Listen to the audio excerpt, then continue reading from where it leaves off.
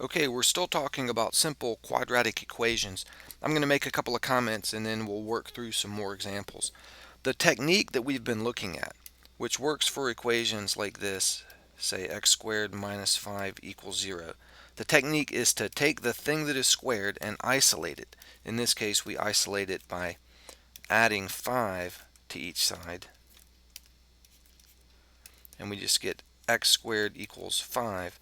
And then once we isolate it, we can take the square root of each side. So in this case, I get x squared square rooted just gives me an x, and then I have the square root of 5. So I'll just write plus or minus the square root of 5. This technique works even if we don't have a perfect square. 5 is not a perfect square, but I still know the answer. I still have solved for x, and x is this. It's positive square root of 5 or negative square root of 5. I could write that as a decimal number. Instead of writing x equals, I'll say x approximately equals positive or negative 2.236. The digits in the square root of 5 really go on forever, but to 3 decimal places it rounds to 2.236. Now in most cases we will leave our answer like this, in radical form, rather than writing it as a decimal. You could punch it into your calculator and get a decimal, but you don't need to. In fact, a mathematician would consider this to be a little bit better answer because that's exact. The square root of 5 is the answer, and mathematicians typically prefer exact answers when that's possible. An engineer or a technician, someone who actually has their hands on some stuff, working with something, has to actually measure and cut something or set something to a certain value, would probably want a decimal answer. That's a little bit more practically useful in most real world situations. But if you deal with this in a math class or some other math class besides mine, your math teacher is probably going to want the answer in radical form.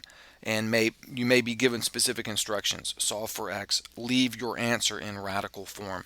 And they mean leave it in this form because that is the exact answer, rather than converting it to a decimal, which is only an approximation. Okay, now let's work through a few more examples. Okay, in this one we're told x squared plus 5 equals 12.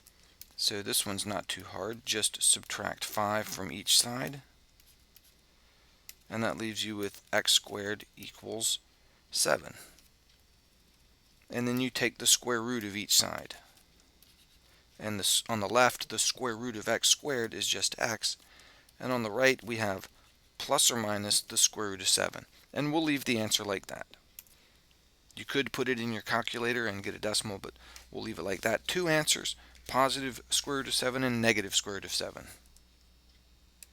Okay, in this example, we see a result that can be simplified. And when you can simplify your answer, you should.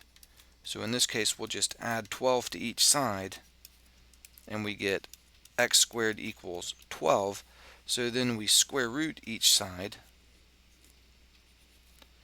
and we get x is equal to plus or minus the square root of 12. And as we've seen before, this can be simplified. This could be written as plus or minus the square root of 4 times 3, and the 4 in there pops out and becomes a 2. It basically gets square rooted. The square root of 4 is 2. So I'm going to write plus or minus 2, and then the 3 is still under the radical. So it's plus or minus 2 root 3. That's x. Two answers, positive 2 root 3 and negative 2 root 3. And notice this is simplified, and I've left my answer in radical form rather than converting it to a decimal approximation. So you sometimes hear this referred to as simplified radical form. In this example, we're told 4x squared equals 3. We want to solve this for x. So let's divide both sides by 4. And on the left, the 4's cancel out, and so we have x squared on the left is equal to 3/4. And now let's square root both sides. So on the left, I just have x, and on the right, I have plus or minus the square root of 3/4. And that can be written as plus or minus the square root of 3 over the square root of 4. and that will be plus or minus the square root of 3 over 2, because the square root of 4 right there is simply 2. So again, we've simplified it, and it's still in radical form, simplified radical form.